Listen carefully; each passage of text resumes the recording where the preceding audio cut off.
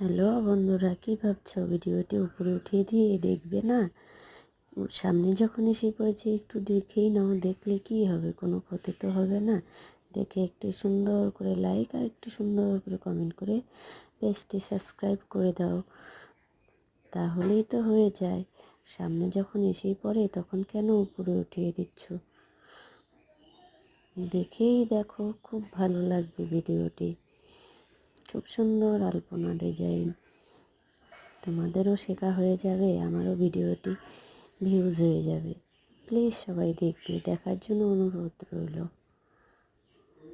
খুব সুন্দর। সবাইকে শুভর উপরে শুভেচ্ছা ও ভালোবাসা রইল।